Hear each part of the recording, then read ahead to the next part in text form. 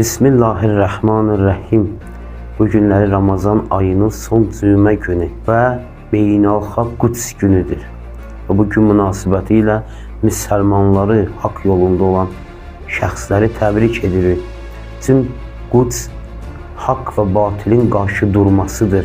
Və bizim haqq və batil qarşısında üçüncü yolumuz yoxdur.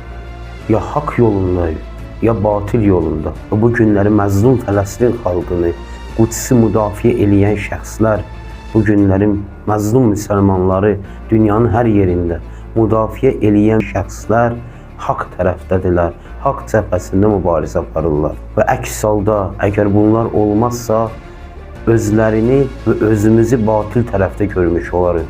Çünki dediyimiz kimi, haqq və batil cəbhəsində üçüncü yol deyilən bir şey yoxdur.